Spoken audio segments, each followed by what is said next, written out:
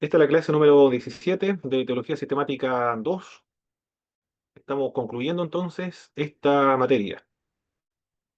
Hemos trabajado la doctrina de Jesucristo, los nombres de Cristo, las herejías en torno a Jesucristo, la divinidad de Jesucristo. También trabajamos la humanidad de Jesucristo, las obras de Jesucristo y los oficios de Jesús y los estados de Cristo. Ya algunos hermanos y algunos pastores que están inscritos en esta materia y han comenzado a enseñar estas doctrinas de la divinidad de Cristo, de la humanidad del Señor Jesucristo, los oficios y la obra de Jesucristo en sus iglesias, tanto en los estudios bíblicos como en la escuela dominical. En la segunda unidad estuvimos trabajando con la doctrina de la salvación. Dijimos que la salvación es un término que engloba todas las otras doctrinas. Es como un colegio. La salvación, y también se le denomina esta segunda parte de Teología Sistemática 2 como soteriología, doctrina de la salvación. Y dentro de este colegio que sería la salvación, hay varias salas de clase, pero todo dentro del mismo colegio. Y estos se conocen como la regeneración, la santificación, la justificación, la adopción con Cristo, también se encuentra la elección y la unión con Cristo. Entre otra conversión también se encuentra en esta sala de clase. Todo es un mismo colegio, pero separado por distintas secciones dentro de este colegio que sería la sala de clase. La entrada de este colegio yo diría que sería la fe y el arrepentimiento, que se dan simultáneamente. No se da primero el arrepentimiento, después se da la fe, o la fe primero y después el arrepentimiento, sino que sucede simultáneamente. No se puede dar uno sin lo otro, pero es la puerta de entrada a la salvación. La salvación, la conversión, la regeneración, la santificación, la justificación, la unión con Cristo, la, también la adopción, todo esto ocurre simultáneamente también. Todo se experimenta en el momento en que nosotros nos arrepentimos y nos convertimos al Señor Jesucristo. La elección en cuanto al momento, por lo menos el momento lógico, también se elige porque el creyente en ese momento tomó la decisión, el creyente, de dejar de resistir la gracia. Pero como esto Dios ya lo veía desde antes de la fundación del mundo, porque Dios está sobre las dimensiones temporales, entonces los predestinó y los escogió en base a la fe que la persona iba a ejercer en la persona de Jesucristo. Es verdad que esa fe no es una obra humana, no es un mérito humano, no es una virtud humana, sino que es el resultado de la gracia preveniente. Y, y la fe es una disposición de la mente y de la voluntad. La fe es una confianza, es el creyente el que debe confiar en la persona de Jesucristo. Y dentro de todas estas doctrinas que hemos estado observando, también hay otra que está relacionada estrechamente con estas que estamos viendo, que es la doctrina conocida como la perseverancia de los santos. Así aparece en los apartados, en los títulos de los libros de teología sistemática. Se responde a la pregunta popular, la más utilizada es si la salvación se pierde o no se pierde. No me gusta mucho utilizar esa expresión porque es un poco ambigua, no es tan precisa. Yo diría más bien, replantearía la pregunta, diría si es posible la apostasía. Claro que también en el calvinismo la apostasía se entiende de manera diferente. Si es posible caer de la gracia, sería un poco más neutral y se podría dialogar con el calvinismo en ese sentido. ¿Será posible la gracia? Pero caer de la gracia. Otro más preciso todavía si es posible perder la fe, dejar de creer. De eso se trata principalmente el tema que vamos a trabajar ahora, y se conoce más técnicamente, teológicamente, como figura en los tratados y en los libros de teología sistemática, la perseverancia de los santos. Estos apuntes son extraídos del libro de Leo Garrett, que es un libro, ustedes lo leyeron ya, esta, esta obra, para realizar su informe número 6. Leo Garrett es un teólogo bautista. Él no cree que la salvación se pierde, pero él no es calvinista, sino que él es un bautista. Y él dice que la salvación no se pierde, no porque la persona ha sido escogida unilateralmente e incondicionalmente, sino por la promesa de Dios en las Sagradas Escrituras. Pero si uno lee bien la obra, aunque Leo Garrett dice al final en su obra, es verdad que, que se puede perder, es decir, la persona puede caer de la gracia, es verdad que puede ocurrir eso, caer de la gracia, pero no caerá, porque el poder de Dios lo protege, dice Leo Garrett. Después hay otra frasecita más abajo de su escrito, cuando concluye ese capítulo, pero debe seguir creyendo. Ya esa expresión, pero debe seguir creyendo, es la misma declaración de los arminianos. Por lo tanto, podría, aunque él, él diría, no sé, qué diría Leo Garrett, si será arminiano o no, calvinista no es, bajo ningún punto de vista, pero la clasificación de él es la misma arminiana, porque los arminianos señalan exactamente lo mismo. Debe seguir creyendo para no caer de la gracia. Voy a presentar primero, según lo que nos comenta Leo Garrett, aquellos textos bíblicos que hablan de la seguridad de la salvación y después de la posibilidad de la apostasía. Y después vamos a evaluar ambos puntos de vista y finalmente voy a presentar los 4 puntos o los 4 enfoques, las 4 respuestas ante esta pregunta, si es posible o no cometer el pecado de la apostasía o caer de la gracia, o también conocido popularmente como perder la salvación. Comenzamos entonces en el Antiguo Testamento. ¿Qué nos dice las Sagradas Escrituras en el Antiguo Testamento? Dios es fiel al pacto que Dios estableció con el pueblo de Israel. La clave de interpretación del Antiguo Testamento es el pacto. Dios estableció un pacto con Abraham. Se repite, se confirma, se ratifica con Isaac, Jacob, Moisés, después David y Salomón.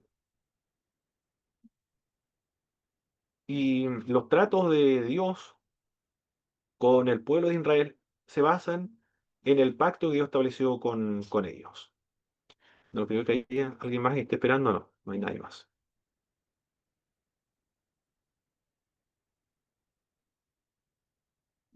Entonces, el trato de Dios con su pueblo es en base al pacto que estableció con los patriarcas. Y Dios es fiel a su pacto. Una de las características de este pacto es incondicional. Es un pacto unilateral, es un pacto de gracia, es un pacto de misericordia y también es un pacto incondicional. No depende de la obediencia. El cumplimiento de ese pacto no depende de la obediencia del pueblo. Si el pueblo obedece es simplemente para poder disfrutar de las bendiciones de ese pacto, pero no depende el cumplimiento del pacto de la obediencia del pueblo, porque es incondicional, depende solamente de Dios. Dios es fiel a su pacto. El sustantivo hebreo Geset conlleva la idea de que Dios sería fiel a su pacto con el pueblo de Israel. La fidelidad al pacto a la apostasía de Israel y Judá. El pueblo quebrantó el pacto a pesar de la fidelidad de Jehová. Esto dice el profeta Jeremías. Ustedes ya tomaron en la primera materia del primer semestre profetas mayores, por lo tanto están familiarizados con lo que dicen los profetas. El profeta Jeremías quebrantó el pueblo de Israel el pacto con Dios. Se automarginaron, se autoexcluyeron del pacto que Dios había establecido con su pueblo. ¿De qué manera? Por su infidelidad. porque no confiaban en Dios. El no confiar en Dios es equivalente a no creer, a volverse incrédulo en cuanto al verdadero objeto de la fe, que es Dios. Ellos creían en Baal, en Aserá, en Moloch, en una piedra, en un árbol, en todo árbol frondoso, en las estrellas, en el sol, en la luna, pero Jehová no confiaban. Es lo mismo que eso es apostasía, dejar de creer, dejar de confiar en Dios y confiar en otros dioses, en otros ídolos. El pueblo abandonó a Jehová para practicar la idolatría, dice el libro de los jueces. El pueblo no guardó el pacto de Dios. También lo dice el libro de Salmos, capítulo 78, verso 10 al verso 11. Dios permanece fiel al pacto que estableció con los patriarcas, pero el pueblo es infiel. Pero cuando hablamos del pueblo, nos referimos a un grupo considerablemente representativo del pueblo hebreo. No todo el pueblo, sino que un grupo muy importante que representa al pueblo de Israel. Los pecados individuales de los israelitas, en Salmo 51, el pecado de David con Betsabé, es un pecado individual, no puede ser considerado como una apostasía eso porque él se arrepintió de su pecado. El remanente dentro del pueblo del pacto. Habíamos dicho que el pueblo de Israel quebranta el pacto, se automargina, se autoexcluye del pacto, pierde los beneficios del pacto por la incredulidad, por dejar de confiar en Dios y confiar en los Baales, en otros dioses. Pero no todo el pueblo comete apostasía, sino que hay un grupo que permanece fiel. Y este grupo fiel se le denomina el remanente. Ellos serán librados como de un león, dice el profeta Amós, en el capítulo 13, verso 12. Serán rescatados como de un fuego, dice el profeta Amós también, capítulo 4, verso 11. Dios preservará unos pocos sobrevivientes, dice el profeta Isaías, en el capítulo 1, verso 9. El remanente es similar a dos o tres olivas en el extremo de una rama. Está indicando que un porcentaje mínimo de pueblo hebreo, del pueblo del pacto, es decir, de los descendientes de Abraham, que va a sobrevivir. Y en ese remanente Dios cumple su pacto, porque el pueblo en general, las 10 tribus del norte, por ejemplo, Israel cayó en el 722 en manos de los asirios. Por lo tanto, ellos dejaron de ser pueblo de Dios cuando ya fueron eliminados, desaparecieron con los asirios. Fueron asimilados culturalmente, religiosamente, mucho antes ya. Y quedó un pequeño remanente, que fueron los judíos, lo de Judá, la tribu de Judá. Pero la tribu de Judá también heredó las influencias religiosas o idolátricas de Israel y de las naciones que circundaban a este pueblo. Por lo tanto, Dios va a tener que llevarlos a Babilonia, como dice el profeta Isaías, con la finalidad de purificarlos. Cuando los purifique, entonces ellos van a retornar después de 70 años. Vuelven otra vez a Jerusalén. Ahora limpiados y purificados totalmente de la idolatría. Ahora sí que son un pueblo monoteísta propiamente tal. ¿Quién es el que preserva al remanente? ¿Quién es el que lo purifica? Es Dios, porque el pacto lo cumple Dios, depende solamente de Dios.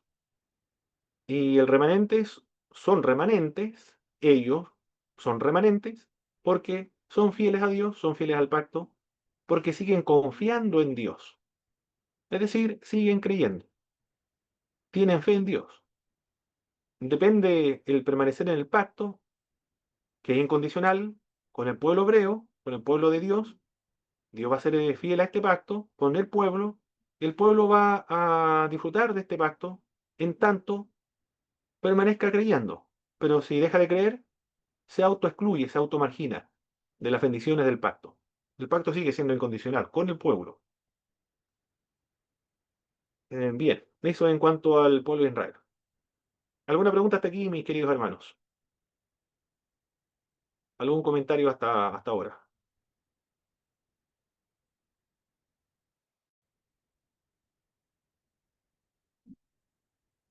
Muy bien, creo que ninguno. Entonces, continuemos.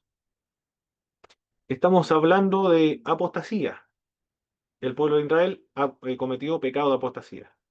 Yo creo que primero debería definir lo que es apostasía, ¿verdad? Porque estoy mencionando el término apostasía, suponiendo de que se maneja el vocablo apostasía.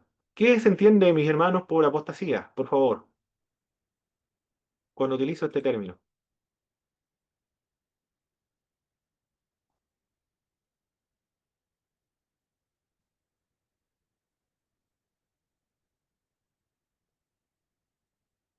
Yo Hermano, lo tenía como, bueno, lo que yo tenía de mi conocimiento antes de leer el libro, era ¿sí? como, era como que dentro de la misma iglesia ¿Sí? hubiesen pecados. Era como un pecado dentro de la misma iglesia. Eso para mí Ah, era antes de ok, apostasía.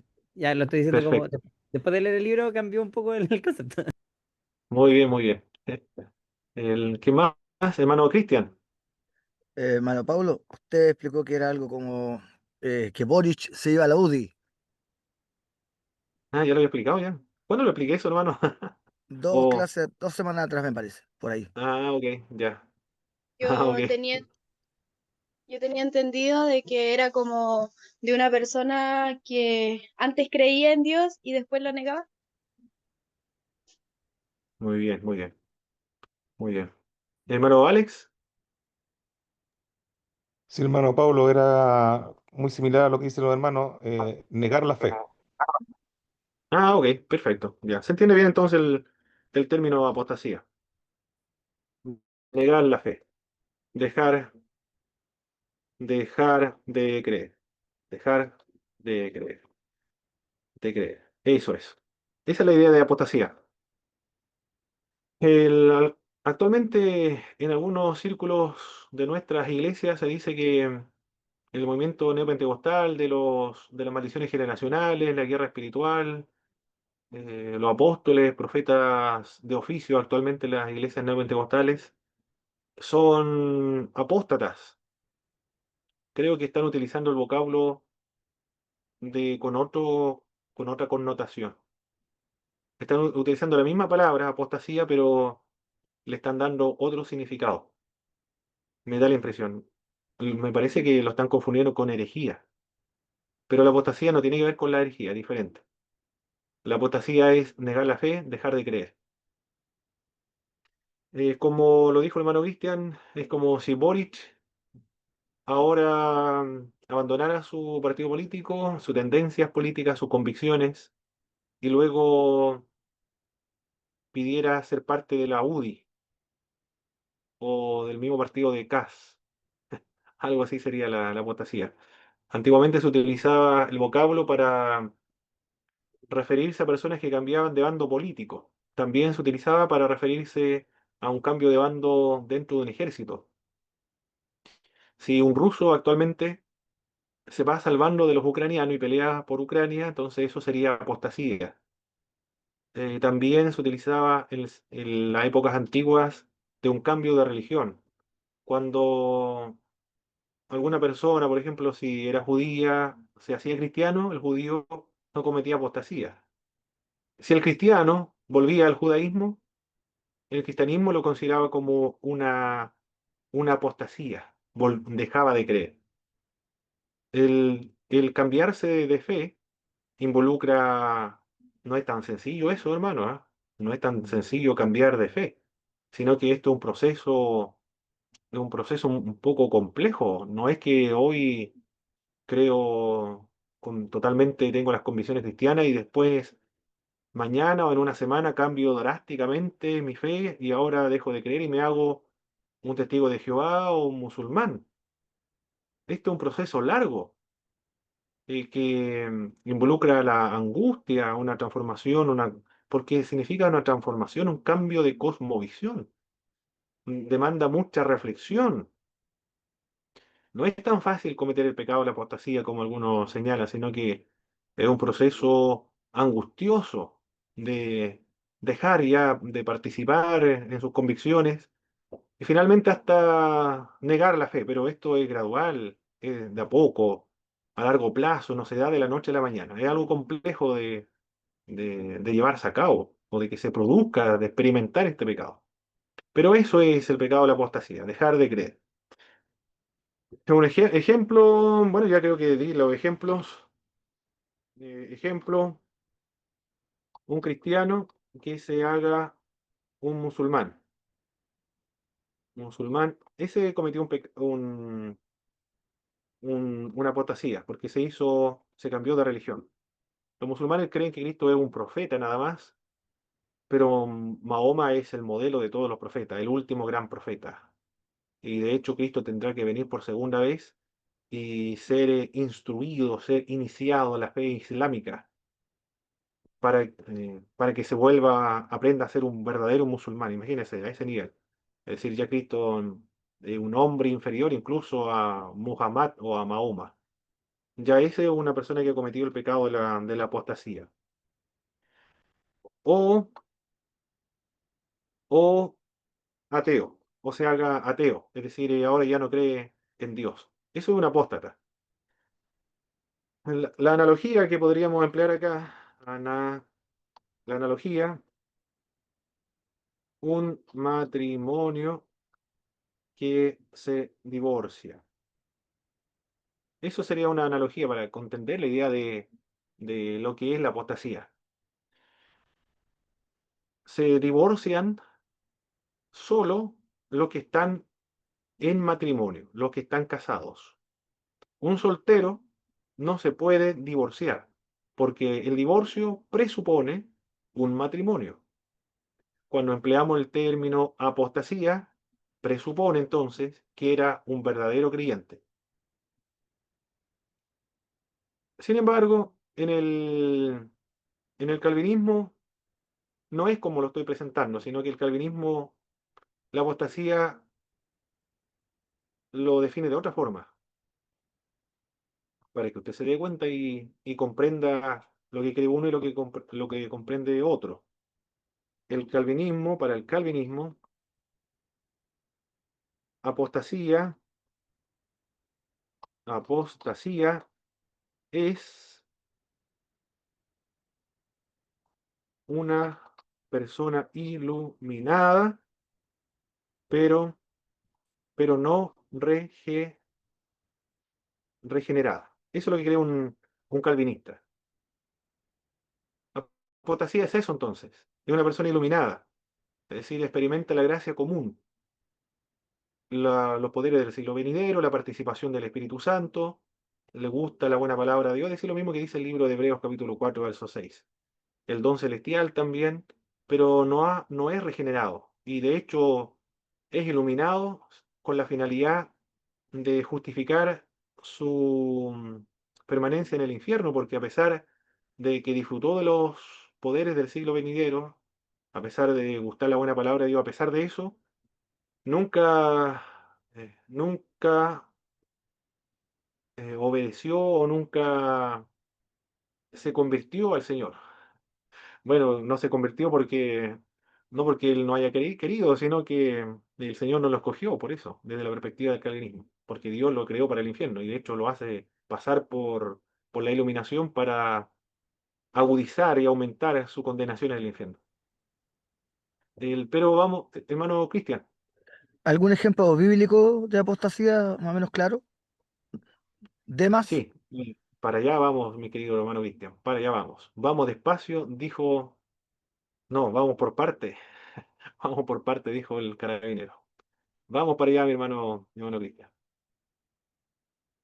Bien, definimos lo que ya entonces apostasía. Lo vamos a definir lo que significa apostasía, es decir, negar la fe, presupone que era un cristiano, no de la perspectiva calvinista, es decir, de que era un iluminador no regenerado, porque el, no es la perspectiva nuestra, el calvinismo. Pasajes que apoyaría la idea de la perseverancia. Hay que mencionar, sin embargo, antes de analizar estos versículos bíblicos, mis queridos hermanos, que estos pasajes bíblicos son utilizados, aunque usted no lo crea, tanto por los calvinistas como por los arminianos. Aquí están todos de acuerdo. Todos los textos bíblicos que vamos a trabajar ahora, de la perseverancia de los santos, tanto los unos como los otros, todos los sostienen.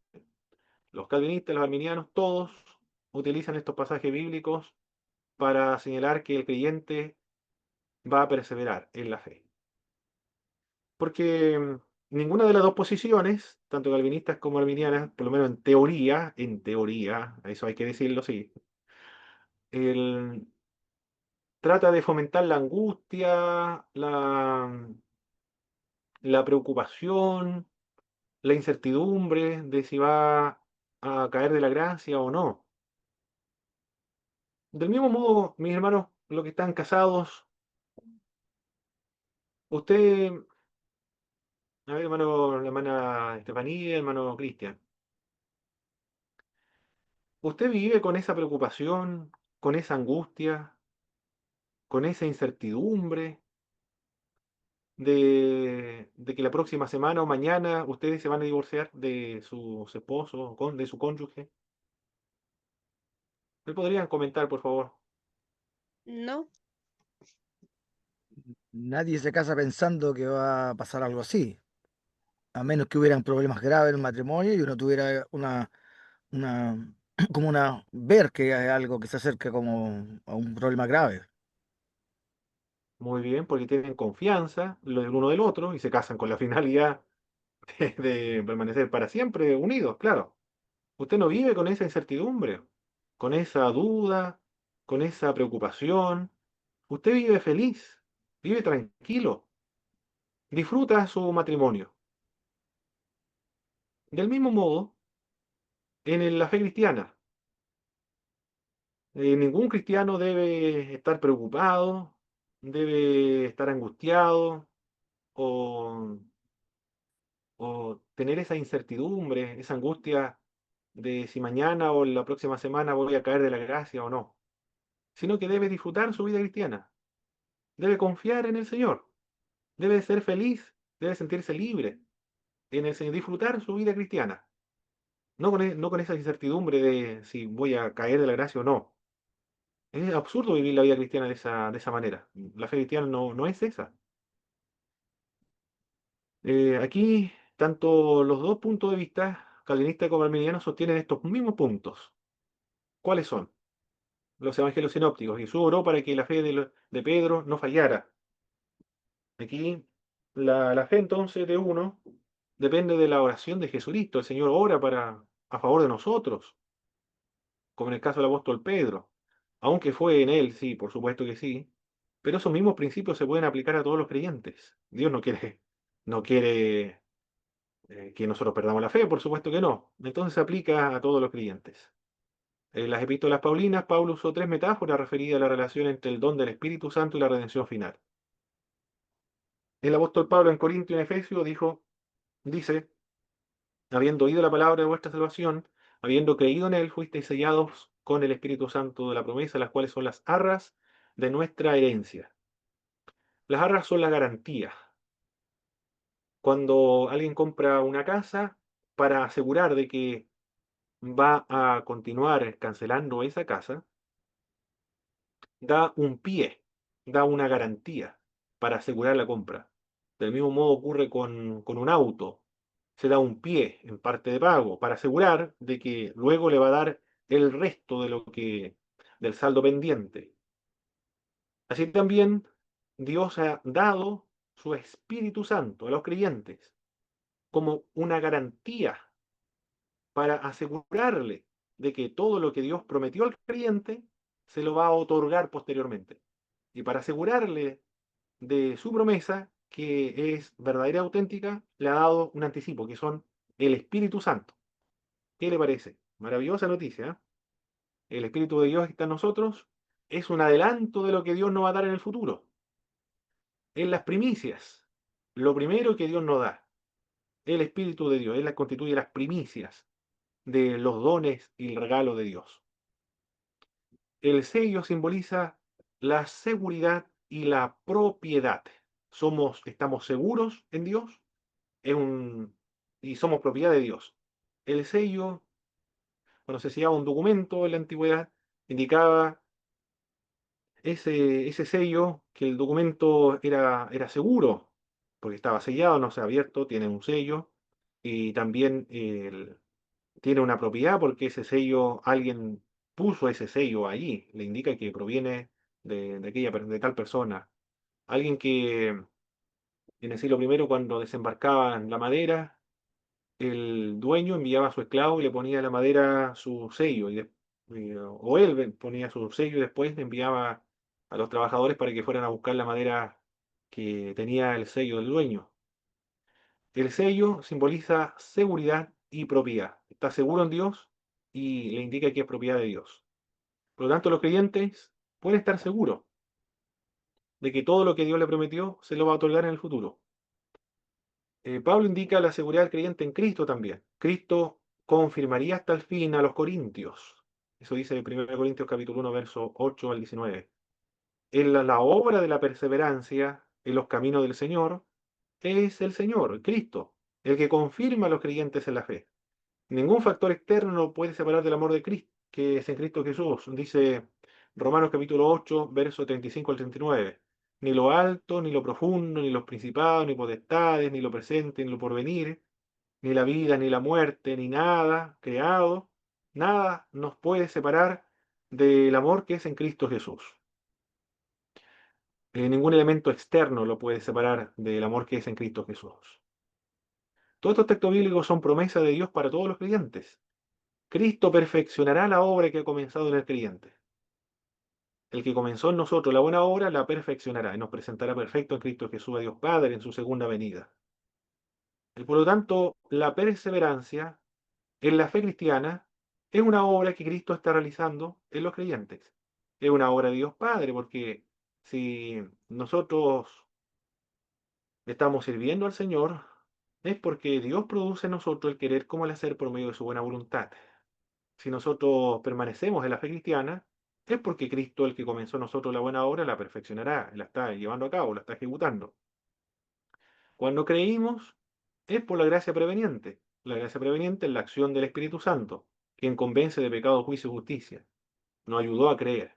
Nos restauró el libre albedrío, la posibilidad para poder creer. Y después, si llegamos al final de la meta, es porque el Señor nos ayudó y nos confirmó. Si nosotros somos resucitados y glorificados, es por la obra de Dios Padre, del Hijo y del Espíritu Santo el que va a resucitar nuestros cuerpos.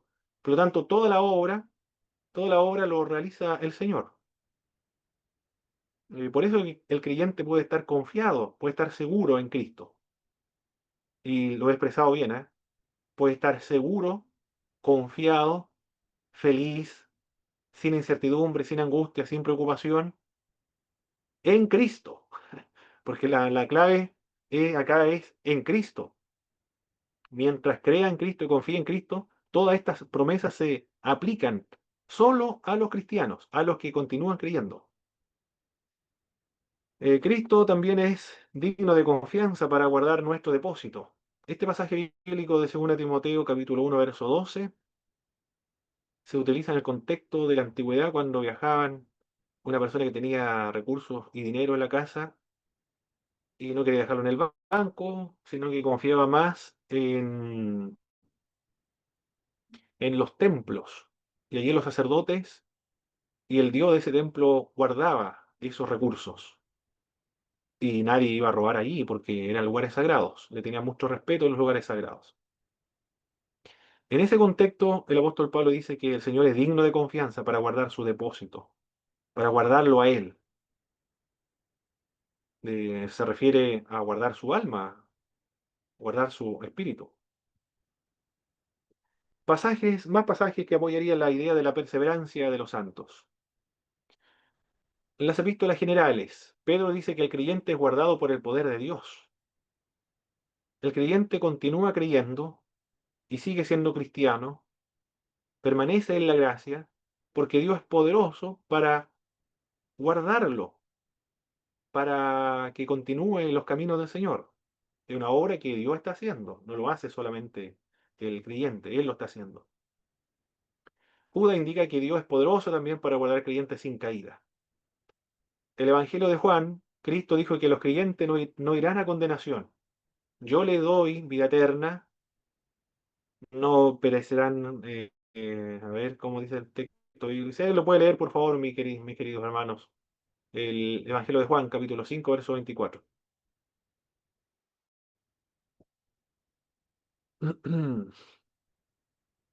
Vamos a darle lectura a ese pasaje bíblico, por favor. Juan capítulo 5, verso 24.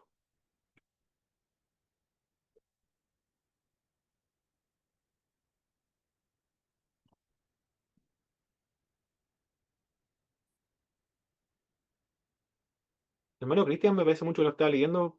Si está hablando, tiene el micrófono apagado. No, creo que no.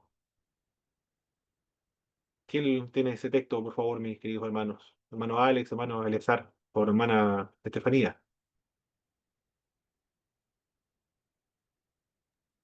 Bueno, Pablo, yo se lo leo. Perfecto, muchas gracias. Juan, Adelante. Juan 5:24. Dice la palabra del Señor, de cierto os digo, el que oye mi palabra y cree al que me envió, tiene vida eterna y no vendrá condenación, mas ha pasado de muerte a vida. Bien, no irá a condenación. Perfecto. Muy bien. No irá a condenación, entonces tiene vida eterna. El que cree. Este creer, dice Robert Picirilli, que está en un presente continuo. La idea es a los que están creyendo, a las personas que están creyendo, tienen vida eterna, no irán a condenación. Bien, ese texto bíblico lo utilizamos para la evangelización, ¿eh? Pero se me olvidó, me confundo con el otro, el del 10:27, el 29. A los que están creyendo, a estas personas son las que tienen vida eterna. Pero los que están creyendo, ellos no irán a condenación, sino que han pasado de muerte a vida. Esta palabra, o Robert Picirilli, el análisis gramatical que hace es aclaratorio de la perspectiva arminiana. Mientras están creyendo, tienen vida eterna. Y si no dejan de creer, pierden los resultados de creer. La gracia, los resultados o todo lo que conlleva la gracia, solo es por medio de la fe. Por la fe en Cristo se obtiene todos los beneficios de la gracia, pero si ya no se cree, se pierden todos los resultados de estar en la gracia. Por eso este análisis del presente continuo en griego es muy importante eh, para entender lo que nos comentan los pasajes bíblicos. ¿Dónde estábamos entonces? 5:24. Jesús indicó que la voluntad de Dios es que Cristo no pierda nada de lo que le fue dado. Jesús aseguró que los creyentes no perecerán jamás. Yo les doy vida eterna, no perecerán jamás, y nadie los puede arrebatar de mi mano. Bueno, estos pasajes bíblicos no incluyen la posibilidad de la autoexclusión. La persona se puede autoexcluir. Ningún factor externo lo puede sacar ni eh, o arrebatar de la mano de Dios, pero no implica que alguien se pueda autoexcluir o se automargine cuando pierda la fe. Si deja de creer, deja de confiar en Dios, evidentemente que pierde esos resultados de estar en la persona de Jesucristo. Cristo rogó para que los creyentes sean guardados del maligno. John Lennox escribió un libro, la obra de John Lennox, dice, y lo tengo, predeterminados a creer la soberanía de Dios, la libertad, la fe y responsabilidad humana. John Lennox. Bueno, él no es teólogo, pero me gustó esta obra. Aquí critica el calvinismo, pero muy agresivo, John Lennox, contra el calvinismo. Eh, Bueno, él no cree que la salvación se pierda, pero no porque sea calvinista. Ahí entonces estamos viendo que no todos los que creen que la salvación no se pierde son calvinistas. John Lennon, por ejemplo, no es calvinista, escribe contra los calvinistas, pero dice que la salvación no se pierde. Pero no porque sea escogido incondicionalmente y unilateralmente, sino por ese pasaje bíblico de Juan capítulo 17, verso 2 al 15. Por la oración sacerdotal de Jesucristo le asegura la salvación a los creyentes. Los bautistas opinan del mismo modo, la gran mayoría de los bautistas. Cuando hablamos de bautistas, sin embargo, usted debe tener presente, mis hermanos, que no es como hablar de los luteranos o de los reformados o de los católicos romanos en ese sentido. Cuando hablamos de bautistas, estamos hablando de algo plural, diverso, distinto. De hecho, los bautistas no son confesionales. Las iglesias luteranas, las iglesias reformadas, presbiterianas, católicas romanas también, por supuesto, las ortodoxas, son iglesias confesionales. Tienen una confesión de fe para ser denominado propiamente tal, con luterano, reformado o presbiteriano. Pero las iglesias bautistas no son confesionales, son aconfesionales. La característica de las iglesias bautistas es la libertad. Es el término, la palabra que identifica a los bautistas, la libertad. Libertad en cuanto a creer, libertad en cuanto a la organización eclesiástica y la libertad en cuanto a la liturgia, de cómo se desarrolla la liturgia en las iglesias. Son todos autónomos. Por lo tanto, eso debe tener presente usted cuando alguien hable de los bautistas, usted debe considerar que no todos creen exactamente lo mismo.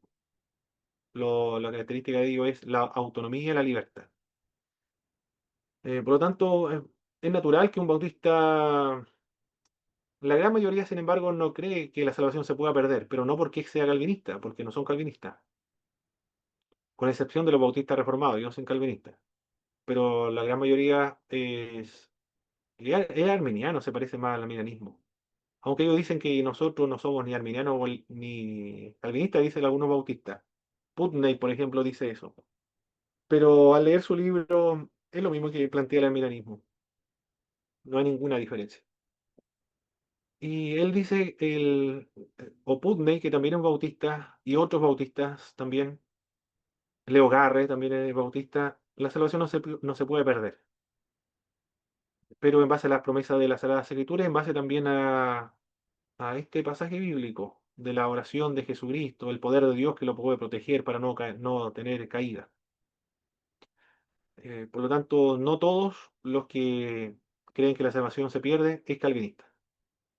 Eh, hay matices. Bien, hemos visto entonces estos pasajes, todos hablan de la seguridad de los creyentes entonces. Todos pueden estar seguros de que Dios es el que le ayuda a perseverar en los caminos del Señor. Él, el Señor, el que le ayuda a creer por medio de la gracia preveniente, convence de pecado, juicio y justicia, lo santifica también, produce en el creyente el querer como el hacer por medio de su buena voluntad, lo santifica y finalmente lo glorifica. Claro que el creyente tiene que hacer algo, tiene que creer, tiene que seguir creyendo, debe seguir perseverando en la fe para no perder los beneficios de estar en la gracia. Los textos bíblicos que cité anteriormente, que asegura la seguridad del creyente, la convicción del creyente de no caer de la gracia, se aplica y lo utilizan tanto arminianos como calvinistas. Todos están de acuerdo ahí. No, esos textos bíblicos, ambos lo pueden citar para indicar la seguridad de los creyentes. Por lo tanto, los calvinistas cuando utilizan esos textos bíblicos para señalar que la salvación no se pierde, esos textos bíblicos son los mismos que los arminianos van a consentir, van a estar de acuerdo, van a dar su asentimiento a los textos bíblicos. Están totalmente de acuerdo en ese sentido. Bien, ahora entonces procedemos a responder o analizar los otros pasajes bíblicos que apoyarían la apostasía, es decir, la posibilidad de perder la fe, de dejar de creer. La fe en realidad lo que quiero expresar es que dejan de confiar en Dios. Algunos textos bíblicos son más claros que los otros. Algunos son muy fuertes, muy fuertes. Vamos a ver estos pasajes bíblicos. Evangelio sinóptico. Si la sal pierde su sabor, no sirve para nada. Bueno, es una metáfora. Vosotros sois la sal de la tierra. Los cristianos son la sal de la tierra. Pero si la sal pierde su sabor, ya no sirve para nada, sino para ser tirada afuera y hollada o pisoteada por los hombres. Como es una metáfora, entonces es difícil extraer una doctrina contundente o definitiva cuando es metáfora, eh, porque quizás no se refiere a la salvación, sino que se refiere a otro aspecto del cristianismo. Por lo tanto, ese texto bíblico no es tan contundente. Se puede utilizar, pero no es tan contundente para señalar que el creyente puede caer de la gracia. Cualquiera que niegue a Cristo será negado en el reino de los cielos. Ahí está un poco más claro, porque si alguien niega a Cristo es porque antes era de Cristo. Alguien que nunca fue de Cristo, ¿cómo puede negar a Cristo si jamás ha sido parte de su grupo? Aquí será negado en el reino de los cielos, es decir, será rechazado. No lo conocerán. El texto bíblico es un poco más claro. Solo los que perseveren hasta el fin, estos serán salvos. Es mucho más claro. Ahí está diciendo, serán salvos. ¿Quiénes? Los que perseveren hasta el fin. Pero ¿perseverar en qué? Perseverar en las buenas obras. Perseverar en la iglesia. ¿En qué? ¿Perseverar en qué? ¿De qué se está hablando ahí? ¿De qué creen ustedes, mis hermanos, cuando se habla acerca de el que persevera hasta el fin, este será salvo? En los caminos del Señor. Bueno, en los caminos del Señor.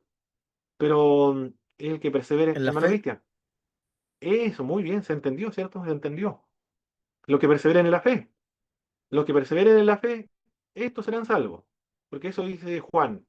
A los que están creyendo, respetando la gramática griega en el tiempo presente, lo que están creyendo, una creencia continua. Mientras están creyendo, tienen vida eterna, no irán a condenación ni nadie, sino que ha pasado de muerte a vida. Mientras están creyendo, deben perseverar entonces en la fe.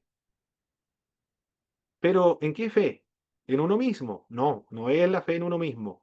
Es la fe en Jesucristo. Para entender el arminianismo se debe entender la clave de la interpretación del arminianismo es en Jesucristo.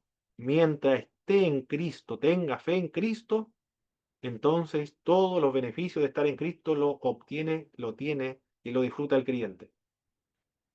Si pierde este núcleo del pensamiento arminiano, de la fe en Cristo, entonces no se va a entender muy bien el pensamiento arminiano. El pensamiento arminiano se puede resumir en permanecer en Cristo, permanecer en la fe en Cristo.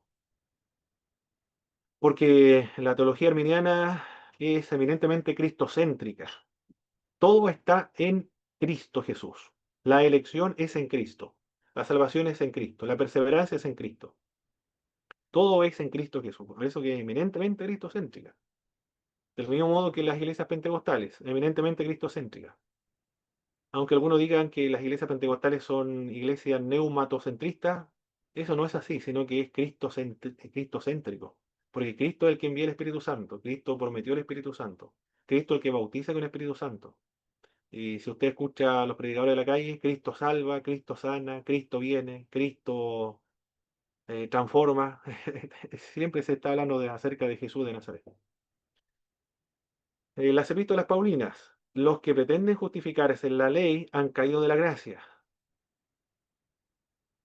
Ahí es claro también, es claro ese pasaje bíblico.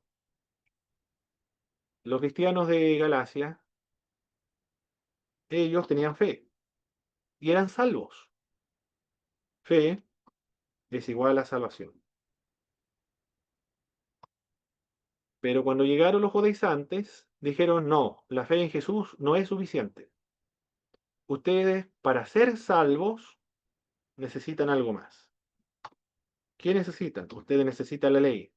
La fe en Jesús más el guardar la ley, la circuncisión, el día sábado, las fiestas judías, entonces recién allí ustedes podrán experimentar la salvación.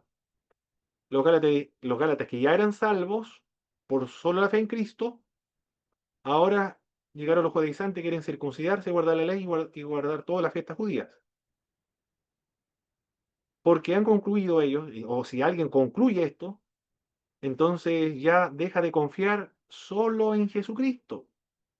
Ahora va a confiar en la ley de Moisés para ser salvo. Ya confía en dos objetos entonces de la salvación, que Cristo y la ley. Eso es caer de la gracia. Cuando una persona, aparte de Cristo, pone su fe en otro, ya se pierde los beneficios de estar en la gracia de Dios y de estar en Jesucristo. Solamente Cristo es el que salva, nadie más. Si le agregan otro elemento que, que salva, entonces se cae de la gracia. Aquí en los Gálatas puede ser la ley, de hecho es la ley, pero usted le puede agregar más cosas si desea. Alguien dice, la fe en Cristo no es suficiente, usted tiene que hacer algo más para ser salvo, entonces ya eso es caer de la gracia. Eso dice Gálatas entonces. Pablo dice a los Corintios, él mismo puede ser descalificado. Ese pasaje bíblico dice el yo mismo golpeo mi cuerpo, no sea que siendo heraldo de muchos yo mismo luego sea descalificado. Tampoco está muy claro ese pasaje bíblico si se refiere a ser descalificado de la salvación o ser descalificado en el sentido de correr, porque la metáfora es de correr, de las competencias deportivas o perder la recompensa. No, no está claro ese pasaje bíblico. Por lo tanto, se puede utilizar, pero es un poco ambiguo, confuso, no, puede tener una doble interpretación. La caer de la gracia es clarísimo. Perseverar hasta el fin para ser salvo también es claro. Tener cuidado de caer, el 1 Corintios, el que cree estar firme, dice 1 Corintios 10:12, mire que no caiga. También no es tan seguro caer en qué, caer de la gracia, caer fuera del barco, caer en el barco, caer, caer en pecado, ¿a qué se refiere específicamente?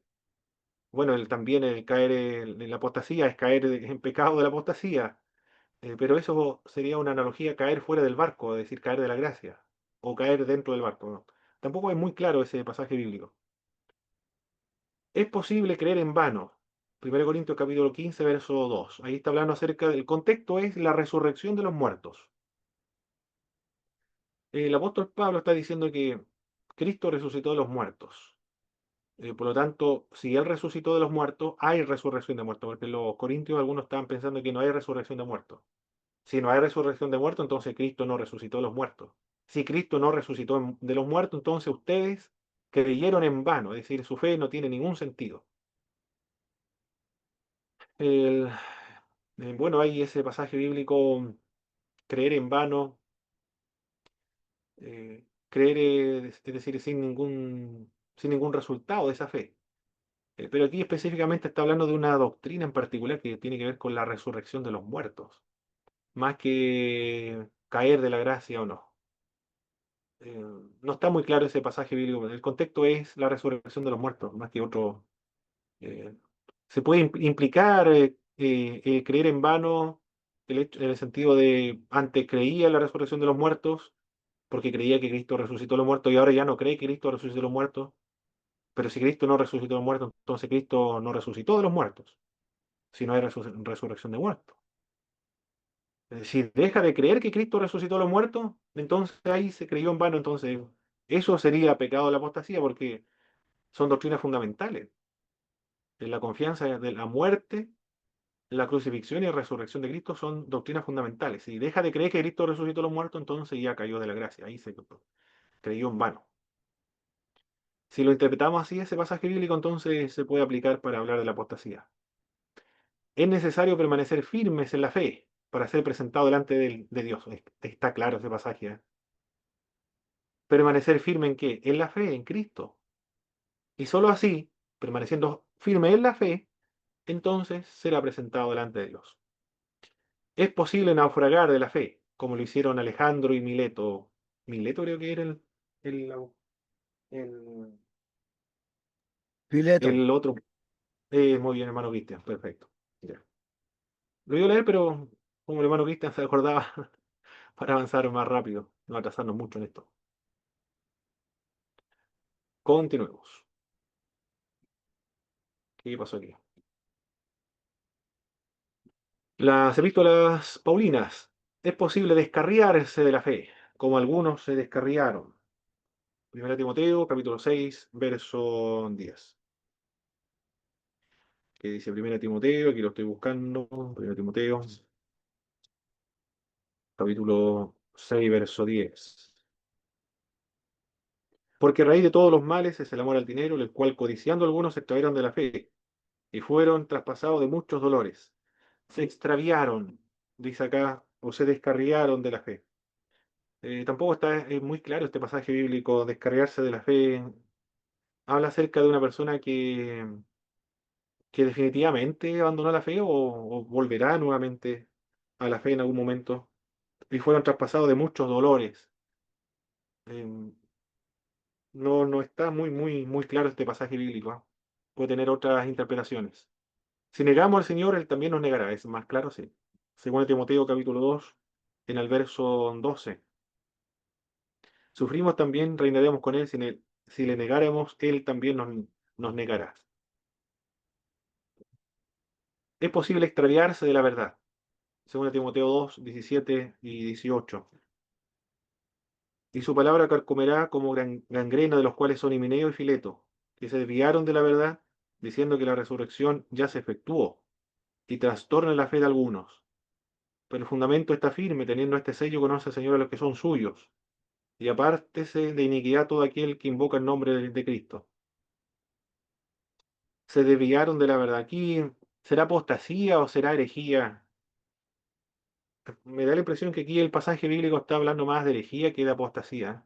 El extraviarse de la verdad, decir de la verdad correcta, porque dijeron ya que la resurrección ya se efectuó.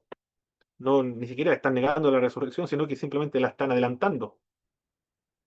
Creo que ese pasaje bíblico está hablando de una herejía propiamente tal, según yo, según como lo interpreto yo. Escritos Juaninos, es necesario permanecer en Cristo para evitar el ser quemado. Es clarísimo igual ese pasaje bíblico. Por favor, algún hermano que lea ese pasaje de Juan capítulo 15 verso 6.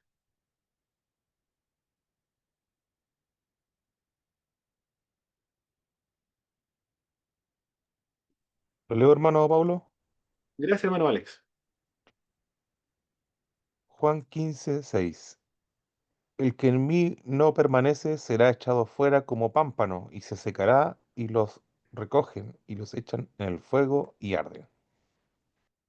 ¿Qué más claro que eso, hermano? ¿Qué más claro que eso?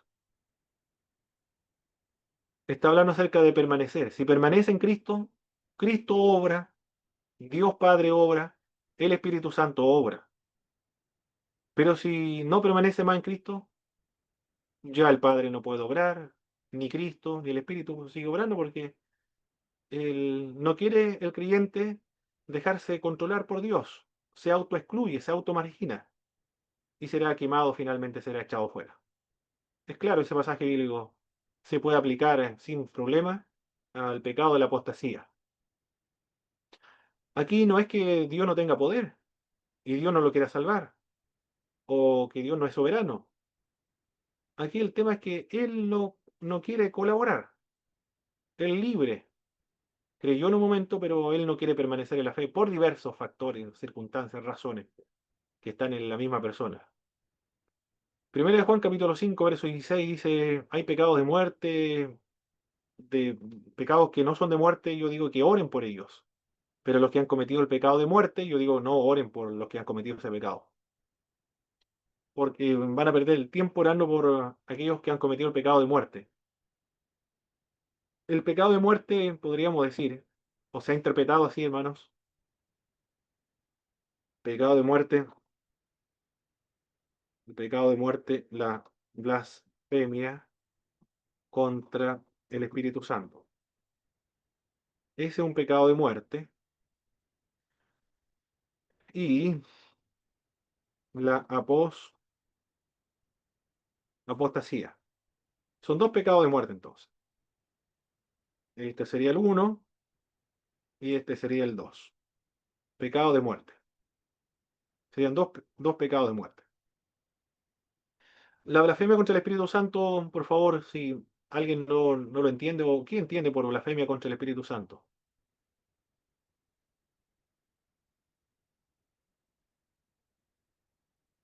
Hermano Cristian, hermano Alex, ¿qué entiende por la blasfemia contra el Espíritu Santo? Mire, hermano Pablo, según una apreciación mía, porque hay como una versión, como digamos, en nuestra iglesia, pero la mi apreciación Ok, es que el Espíritu Santo nos convence de justicia, justicia, juicio, ¿cierto? Y de pecado. sí, y por supuesto nos muestra a Jesucristo como el Salvador. Entonces, la blasfemia contra el Espíritu Santo sería como decirle al Espíritu Santo, no creo, digamos, en Cristo, porque el Espíritu Santo me está apuntando a Cristo como mi Salvador y yo al negar a Cristo estoy negándolo, estoy negando a Cristo. El pasaje como está en ese momento en donde están diciendo que Jesús había echado los demonios en nombre de de un demonio, ¿cierto? Algo así me parece. Sí. Mm. Entonces era como ese contexto, pero es como una apreciación mía, solamente. No, no es solamente suya, hermano Alex. Hay varios que creen exactamente lo mismo. Yo me acuerdo, un profesor de ISUM en el Instituto de Superación Ministerial de las Asambleas de Dios en América Latina, en Argentina. El profesor Eduardo, se me olvidó el apellido. Eduardo Muñoz, ahora me acordé. Eduardo Muñoz. Edgardo Muñoz, el nombre del profesor. Él presentó la blasfemia contra el Espíritu Santo del mismo modo como usted lo menciona. Creo que también hay un autor que es Weiner Gruden. No, no sé si no, creo que no. Weiner Gruden no. Pero hay otro, yo lo he leído en otras partes que indican eso, que el pecado de la blasfemia contra el Espíritu Santo es eso, negarse a creer en las convicciones que el Espíritu de Dios quiere producir en el creyente. Negar a Cristo en realidad. Hermano Cristian. Eh, no, yo tenía pensado, claro, semejante a mis hermanos, pero cuando una persona ataca o en el caso de Jesús, ¿cierto? Las obras del Espíritu Santo, no hay quien lo venga a redarguir de pecado. El Espíritu Santo viene al hombre a redarguirlo y el hombre viene a agarrarlo, pues, vamos a decirlo así, se- para que se entienda, vamos a agarrarlo a piedrazos antes que llegue. Entonces, si él no nos puede convencer de pecado, el hombre nunca puede tener el perdón. Ah, muy bien, muy bien. Bueno, el hermano Alex, yo lo he leído en algunos libros, no recuerdo ahora dónde lo leí. Pero también un profesor de ISUM, me acuerdo que tenía la misma opinión acerca de la blasfemia contra el Espíritu Santo. Pero generalmente, mis hermanos,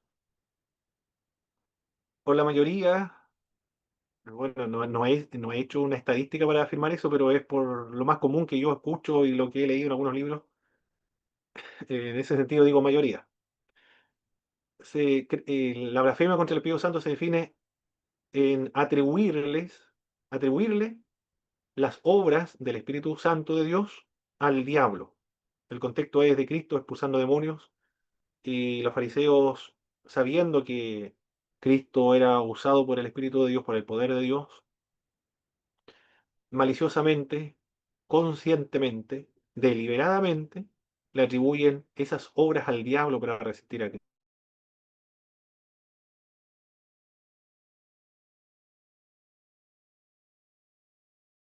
No porque Dios no lo pueda perdonar, sino que involucra una petrificación del corazón del pecador.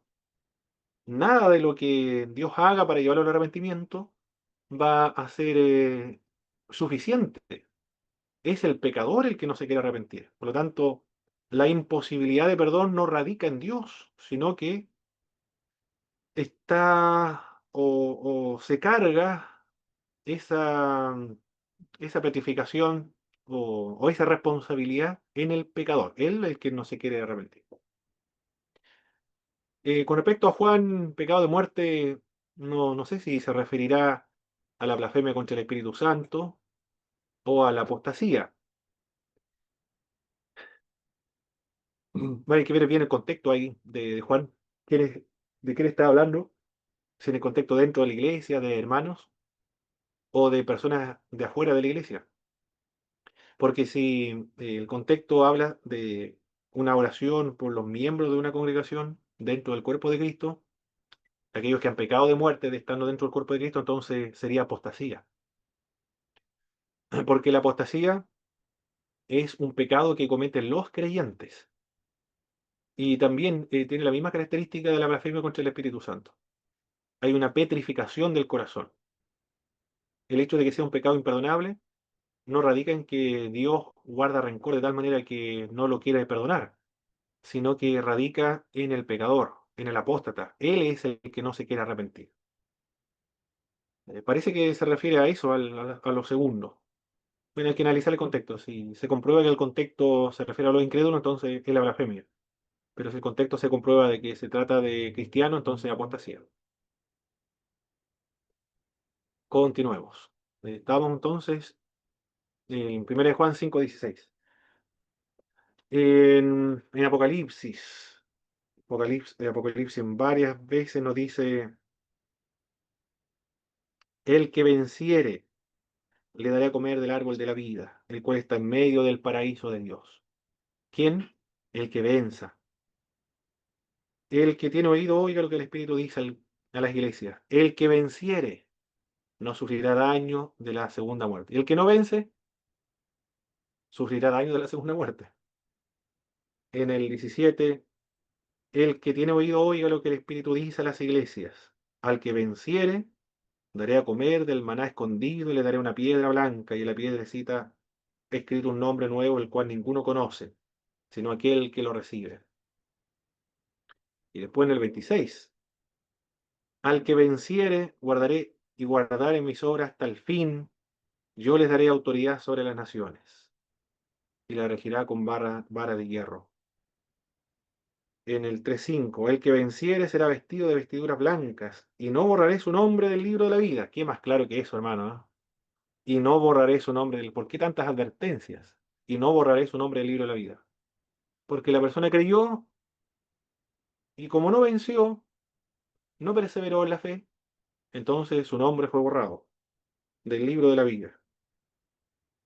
¿Qué más? El 12.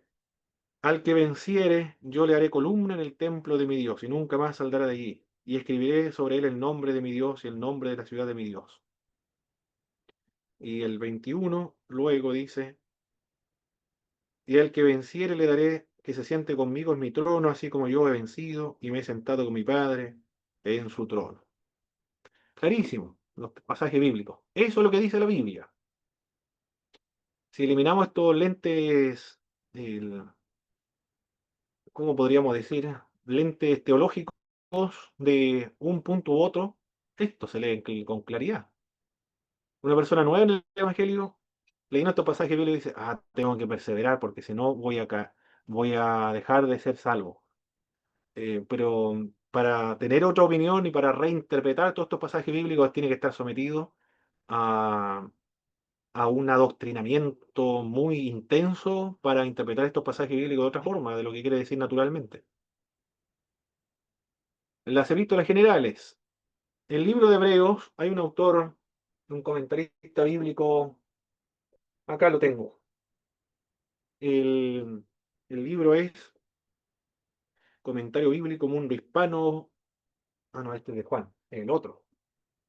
¿Dónde está ese otro libro? Acá lo tengo. Tengo varios tomos de esta obra. Comentario Bíblico Mundo Hispano. Hebreo, Santiago, Primera de Pedro y Judas.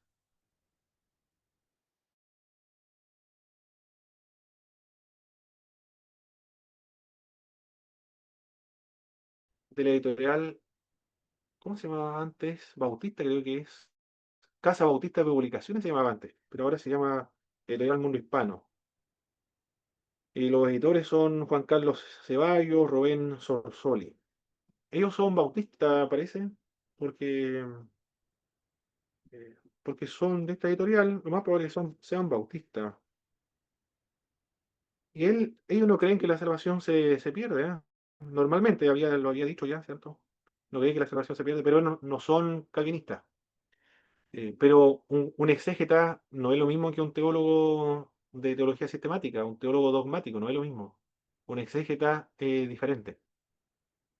Un exégeta interpreta la Biblia. Un biblista no es lo mismo que un teólogo. Uno que tenga un doctorado en teología no es lo mismo alguien que tenga un doctorado en Biblia. Son diferentes. Eh, Craig Kinner es un doctor en Biblia.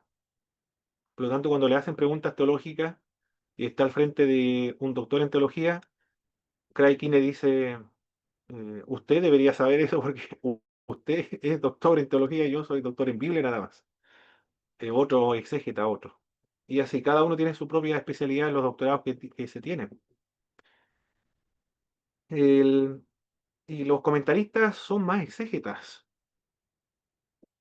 Ahí ya tienen que renunciar a sus dogmas tradicionales.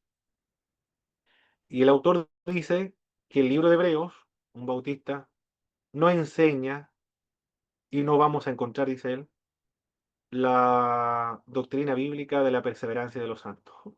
Porque el libro de Hebreo, de hecho, escribe para que precisamente los lectores y los destinatarios originales de la carta no cometan el pecado de la apostasía, porque son judíos que se convirtieron al cristianismo y ahora quieren volver al judaísmo. Y si vuelven al judaísmo, van a caer de la gracia, van a cometer el pecado de la apostasía. Hay muchas advertencias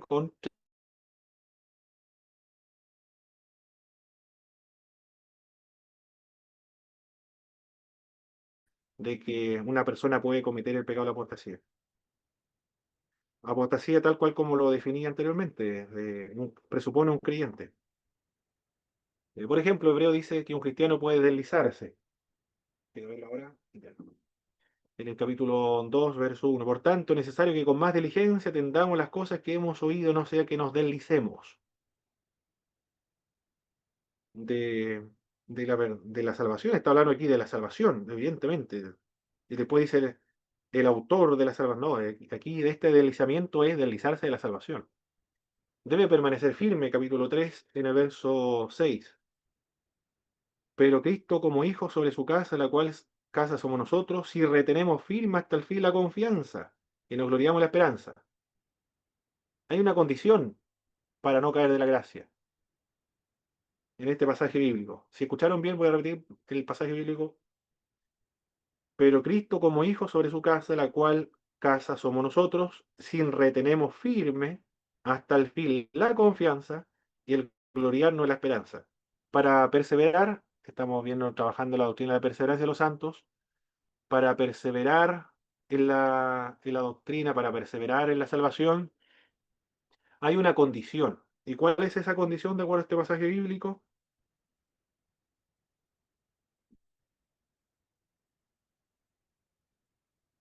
Del 3:6 era el pasaje bíblico. La perseverancia es condicional entonces. ¿A qué cosa? Condicional. Aquí dice retener firme. Retener firme la confianza. Es decir, la fe. Esa es la condición para la perseverancia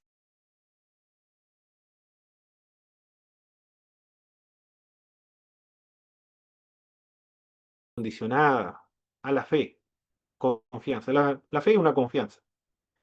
Se puede apartar también la persona. Verso 12. Mirad, hermanos, que no haya ninguno de vosotros corazón malo de incredulidad para apartarse del Dios vivo. ¿Cuándo una persona se puede apartar del Dios vivo? De acuerdo a este pasaje bíblico, cuando se vuelve incrédulo. Un creyente que se vuelve incrédulo, es decir, que se vuelve ateo, o un incrédulo, es decir, deja de creer todo lo que había creído anteriormente, ese es el que cae de la gracia. Este otro pasaje bíblico es más contundente. ¿Ah? Este lo vamos a leer, por favor, hermano Cristian, hermano Eleazar, hermana Estefanía. El Efesios, no Efesios, Hebreos, capítulo 6, verso 4 al 6.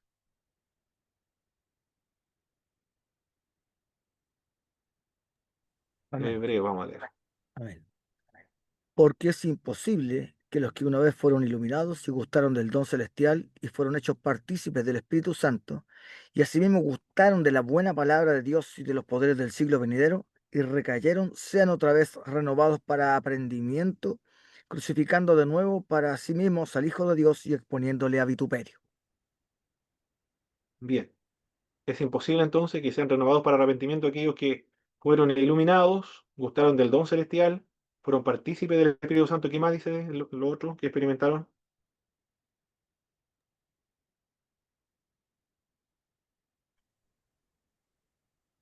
Fueron partícipes del Espíritu Santo y gustaron de la buena palabra de Dios y los poderes del siglo venidero.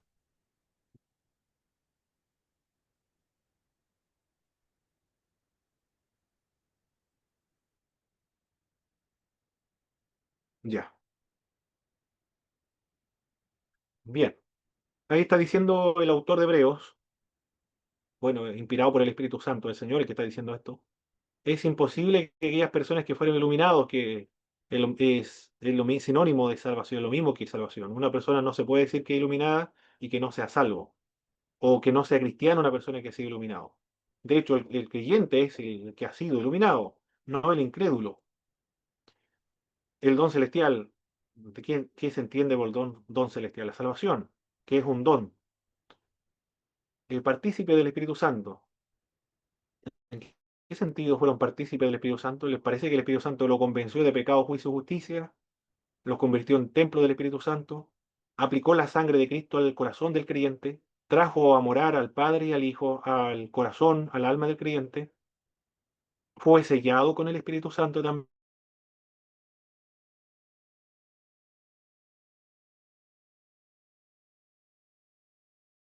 también? ¿Se alimentó? Es decir, estaba vivo.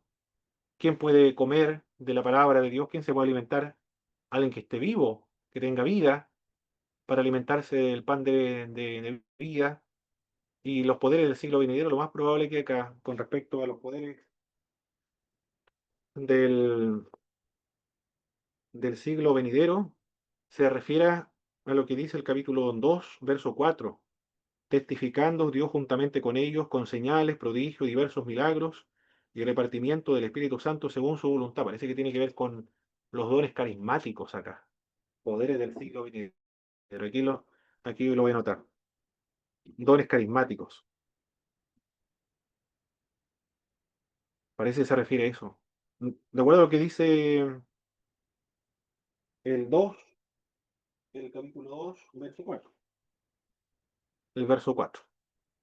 Parece que acá los poderes del siglo venidero se refiere a eso, a los dones carismáticos. Oh, increíble, increíble, ¿eh? Es decir, una persona, esto es lo extraordinario. Por eso que es extraño este pecado, es difícil de cometer. Usted notará por el texto. Si alguien es usado por Dios, hermano, en lenguas, profecías, sanidades, milagros, que experimentó el bautismo con el Espíritu Santo y después resulta que niega la fe, niega todo lo que ha creído. Y aunque usted no lo crea, hay personas que sí han hecho eso. Bueno, no es que han cometido el pecado de la apostasía, pero han negado lo que ellos vivieron cuando experimentaron los dones carismáticos. Después dicen ellos, los jóvenes principalmente de algunas iglesias pentecostales, han dicho y que Dios lo usó en algún momento. No es que no desconozcan, no sepan lo que son, lo que se experimentan dentro de las iglesias pentecostales. Pero dicen, esto era una emoción nada más. No era verdad. Solo emoción. Era una especie de un trance colectivo producido por la música y por los otros hermanos. Increíble, ¿eh? Bu-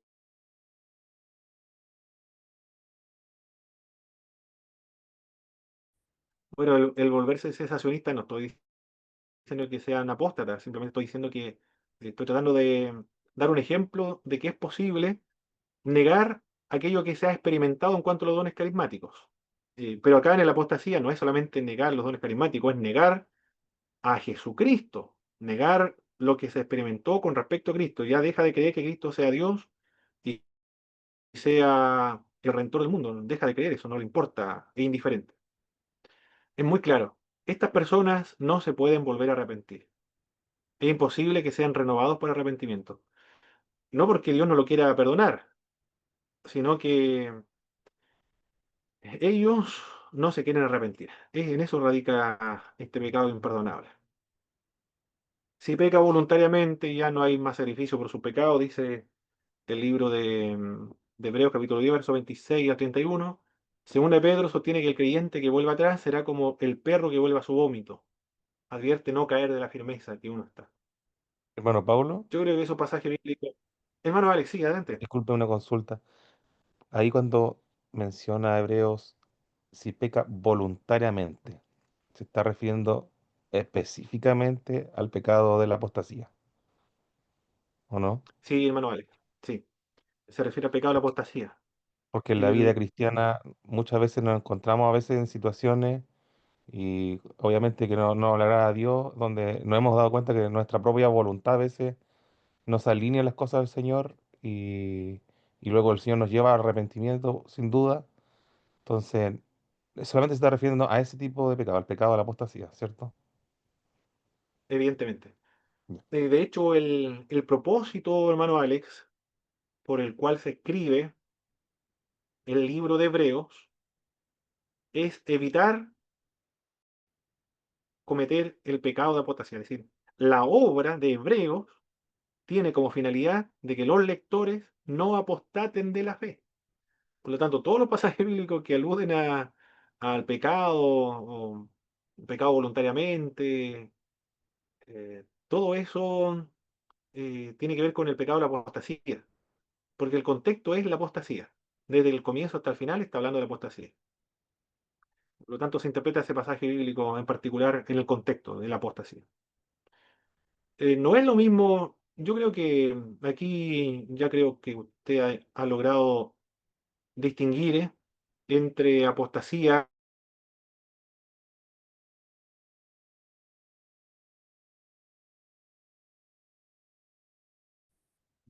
un descarriado y un apóstata. Usted nota la diferencia, ¿verdad? ¿Cuál es la diferencia entre un descarriado y un apóstata?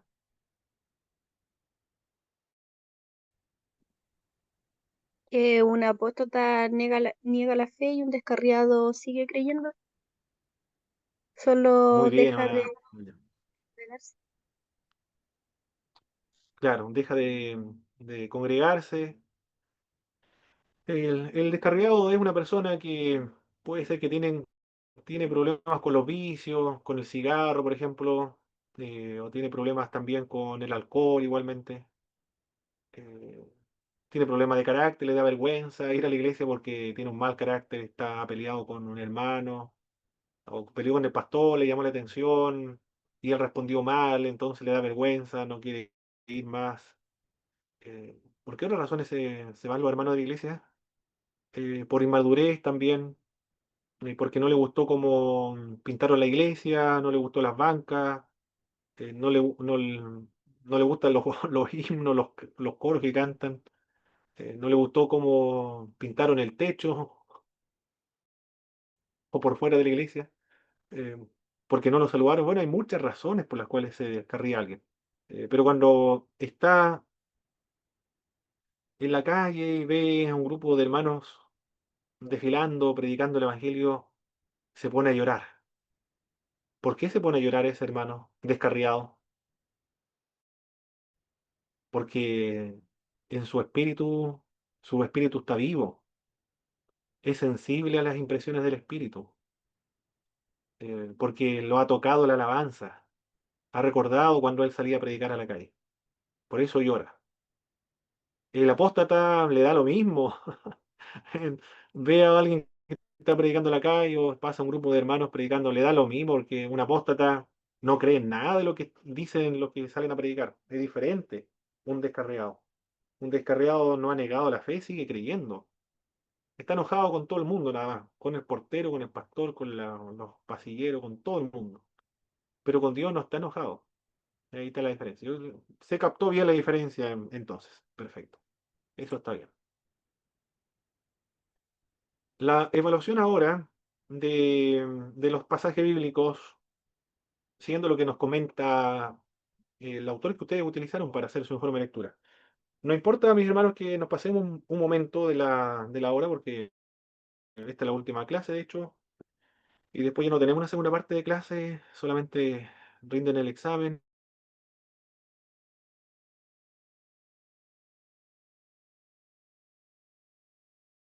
esta doctrina.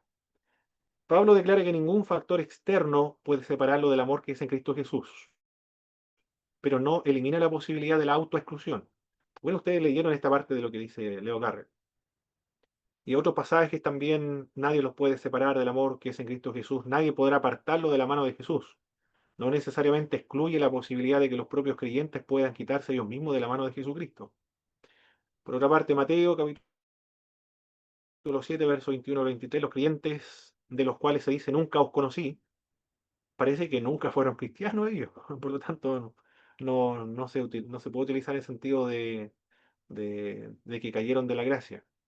Gálatas 5:4 habla de no de cualquier pecado, sino de volver a justificarse por medio de la ley. No se refiere, en primera de Juan, sin embargo, el 2:19, ahí está la duda, ¿se refiere a los creyentes o a los incrédulos? Stanley Horton dice en su libro, en relación al libre albedrío, argumenta que Dios no le quita su libre albedrío ni antes ni después de que son salvas. Presupone la existencia del libre albedrío, recuerden, por medio de la gracia preveniente, porque todos, tanto arminianos como calvinistas, señalan que el ser humano está inhabilitado para poder creer. No puede creer, no tiene esta posibilidad de creer naturalmente. El arminianismo por medio de la gracia preveniente. El calvinismo por medio de la gracia especial.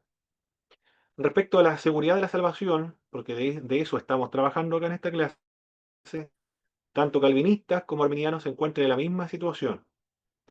¿Cómo pueden estar seguros los calvinistas que tienen seguridad mayor que los arminianos?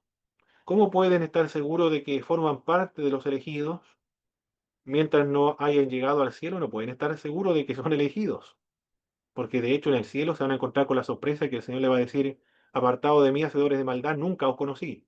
Fueron solamente iluminados, pero nunca regenerados. Terrible va a ser esa sorpresa desde esa perspectiva calvinista. La única seguridad mayor que tenemos los cristianos es el testimonio del Espíritu Santo que está en el creyente. El Espíritu da testimonio a nuestro espíritu de que somos hijos de Dios. En Hebreos capítulo 6, verso 9, pero vosotros, oh amados, estamos persuadidos de cosas mejores y que pertenecemos a la salvación, aunque hablamos así. Y en Hebreos capítulo 10, verso 39, pero nosotros no somos de los que retroceden para perdición, sino de los que tienen fe para preservación del alma. Estos textos bíblicos se utilizan para indicar que estos pasajes que hablan de la apostasía son hipotéticos, no son reales, porque el Señor lo va a preservar. Y además, lo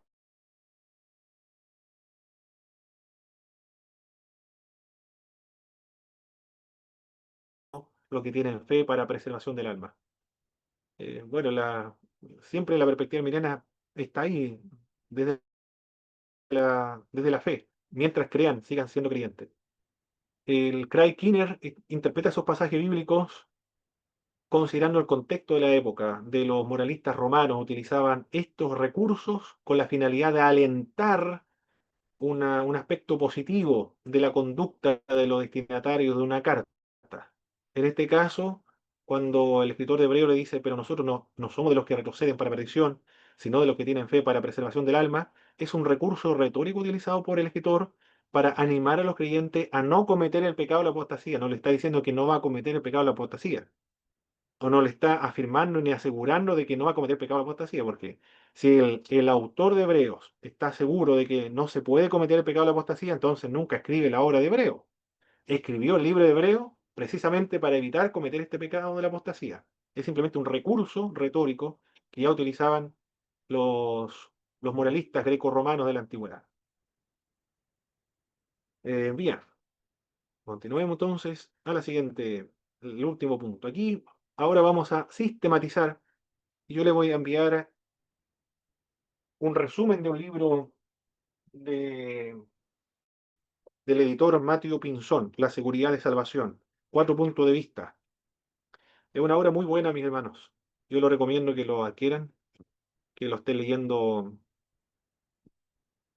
lo lean ahora para... ¿Cuántos hermanos están?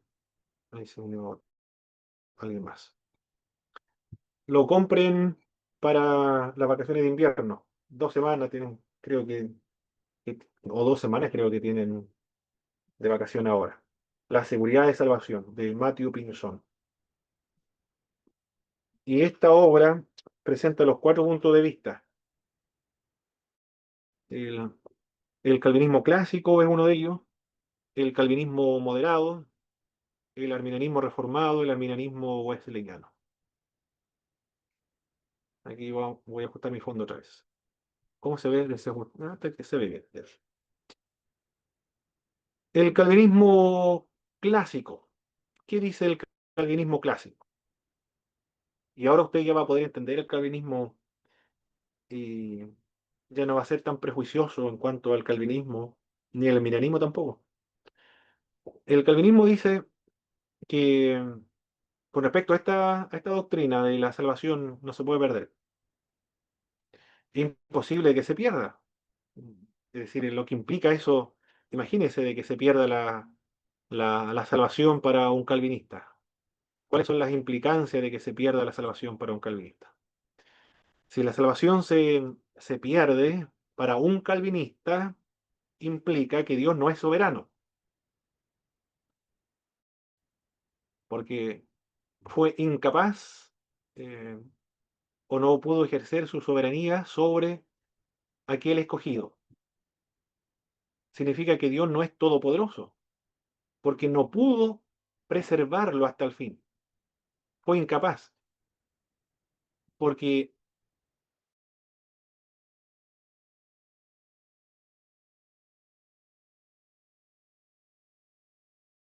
Dios pierde la soberanía y el hombre es soberano sobre Dios. Y eso sería, imagínense la idea. El hombre es soberano sobre Dios. Uf, imagínense las implicancias. También implicaría que Dios no es inmutable, cambia de parecer, porque primero lo escoge, no, primero lo crea para el cielo, luego lo hizo caer, y luego de lo que hizo caer, alguno escogió, y luego que lo escogió, lo regeneró unilateralmente, incondicionalmente, no por fe, sino que lo regeneró. Y cuando lo regeneró, lo llamó, y como lo llamó, ya está regenerado, entonces responde con fe. Y lo justificó, lo santificó. Y después resulta que Dios cambió de parecer y ahora ya no quiere que esta persona sea un escogido. Por lo tanto, lo rechaza y lo hace volver un réprobo. Y le quita la fe para que se vuelva un incrédulo. Imagínense la imagen de Dios desde la perspectiva calvinista. Dejaría de ser Dios, porque Dios es inmutable, no cambia. Pero si la salvación se pierde, Dios cambió, entonces Dios no sería Dios. Y si el hombre creyó y después deja de creer, Dios no es soberano porque ahora el que decide es el hombre, no Dios. Dios no es soberano, entonces ya no es Dios entonces.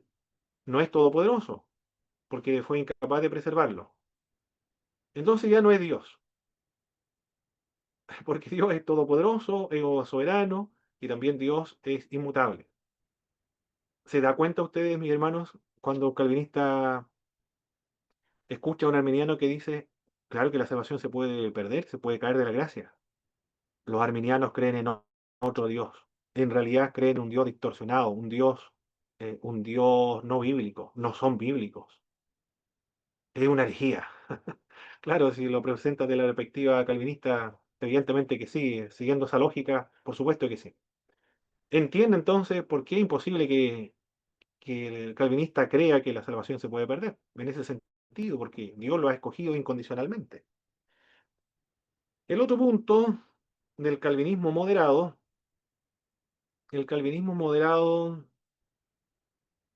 yo no sé por qué en ese capítulo se llama calvinismo, porque los calvinistas dicen esto no es calvinismo, y los arminianos dicen eso tampoco es calvinismo, eso es arminianismo. Eh, pero así le denominó ese punto de vista. Pero no merece el término calvinista, no, bajo ningún punto de vista, porque el calvinismo se basa en la predestinación incondicional unilateral. Ahí está el fundamento de la doctrina calvinista, no, no la salvación si se pierde o no se pierde. En realidad es más bautista este punto de vista. Yo lo pondría como bautista, o no sé, la perseverancia de los creyentes, pero no calvinismo moderado, porque los calvinistas no lo reconocen como calvinista. Estos grupos señalan que la salvación no se puede perder, pero no porque ha sido elegido incondicionalmente, unilateralmente, sino por las promesas de Dios. Por eso nada más. que nada lo podrá separar del amor de Dios, Dios le da vida eterna, no irá a condenación, nadie podrá arrebatarlo de su mano. En ese sentido, porque descansa en la obra, la voluntad y la promesa de Dios, nada más que eso. Y, y también Leo Garre es de este punto de vista, pero Leo Garre dice, podría caer.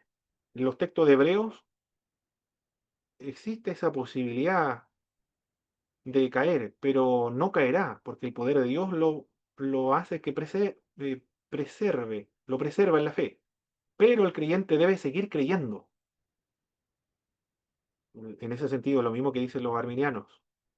Debe seguir creyendo para permanecer en Cristo y permanecer en la gracia. En realidad, Leo Garre es arminiano en ese sentido. Exactamente lo mismo que los arminianos sostienen la misma idea. El arminianismo reformado. Jacobo Arminio. No se conoce mucho la obra de Jacobo Arminio, ¿ah? Pero los que conocen bien la obra de Jacobo Arminio, como aquí lo tengo, José Rodríguez, Jacobo Arminio, Vida, Pensamiento y Legado, que es teólogo de la iglesia Nazareno, en la iglesia Nazarena. ¿Nazareno? ¿Cómo es la iglesia? La iglesia Nazarena, o Nazareno. Creo que Nazarena la. Aquí está. La iglesia del Nazareno, así se llama la iglesia. Un movimiento wesleyano, la iglesia del Nazareno. Él dice que Jacobo Arminio señaló que la salvación se puede.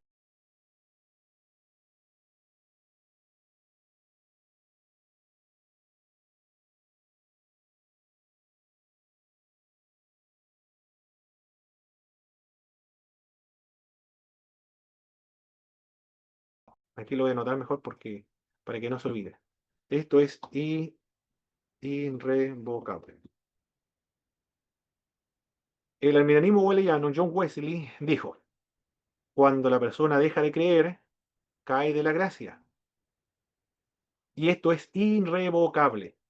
Pero en un sermón, John Wesley dijo que alguien podía caer de la gracia, pero es posible el arrepentimiento. No es irrevocable, sino que es posible el arrepentimiento. John Wesley lamentablemente no era un teólogo sistemático, era un teólogo o especulativo, era un teólogo más bien práctico. Por eso que en ese sermón dijo que es posible el arrepentimiento. En cambio, el arminianismo reformado es irrevocable. Esos son los 4 puntos de vista acerca de si la salvación se pierde o no se pierde, mis queridos hermanos.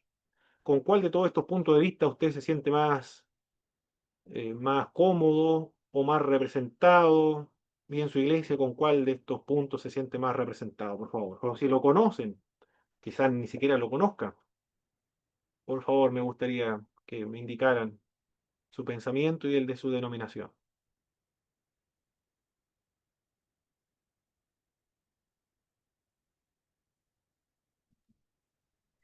El de mi denominación, hermano Pablo, es calvinismo clásico. Y diría que Ah, yo recalcitrante. Y el mío es, yo creo que estoy entre arminianismo wesleyano y reformado. perfecto, muy bien. Su denominación es calvinismo clásico. Ok, muy bien. ¿Alguien más, mis hermanos? Hermana Estefanía,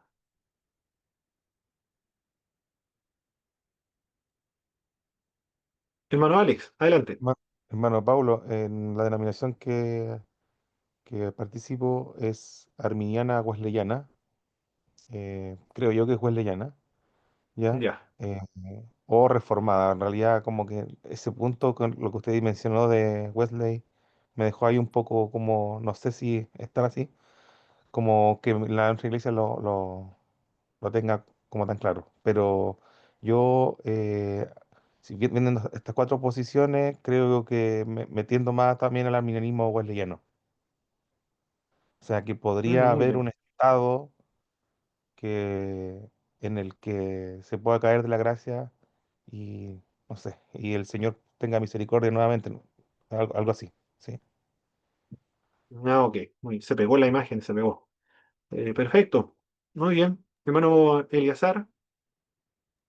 Bueno, acá nosotros em, hubo una charla donde se habló y la verdad es que es como muy particular, no tenemos como un pensamiento unificado, es como cada uno ve para dónde tira y uno más o menos identifica a los hermanos, cuál es tira para allá, pero sí, yo creo que en parte personal mía, sí, yo creo que me quedaría con el punto número 4,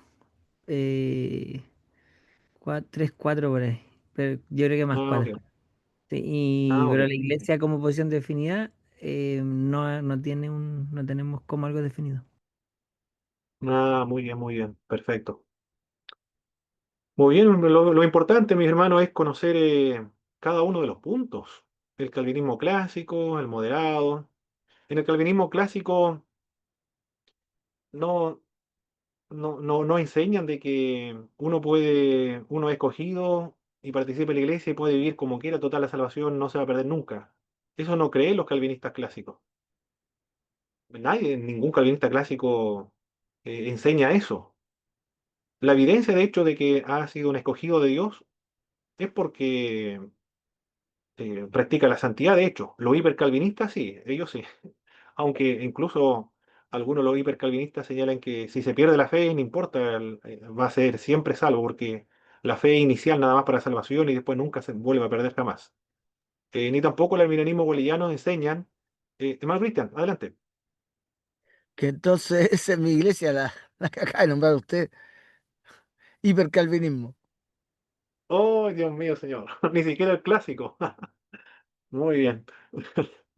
Y, y ni tampoco los arminianos enseñan de que la salvación se perdió hoy y mañana se recupera, y después el mediodía pecó, se perdió otra vez la salvación, y después en la noche se vuelve a recuperar, y después el otro día se levantó con el pie izquierdo y peleó con medio mundo, perdió la salvación, y después el mediodía oró y se arrepintió y volvió a recuperarla. Tampoco se enseña eso. Es decir, son malas interpretaciones de uno y de otro lado. Perfecto, mis estimados hermanos. Faltó, parece, la hermana Estefanía, creo que faltó que respondiera. Sí, yo falté, profe, pero no tengo como bien claro, pero sí sé que la salvación se puede perder.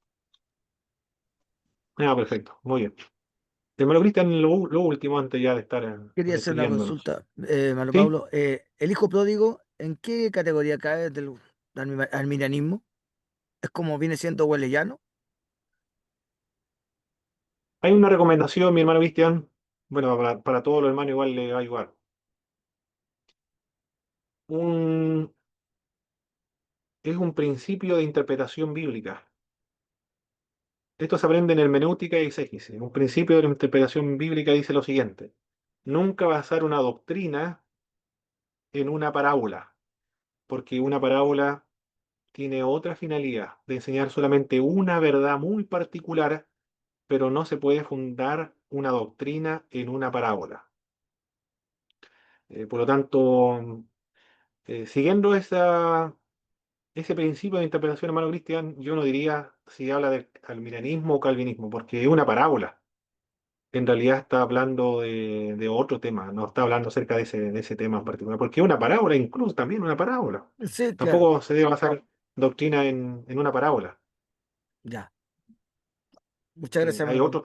hay otros textos bíblicos sí son más claros, pero en parábolas No, no. Muy bien, vamos a concluir entonces con una oración a nuestro Señor.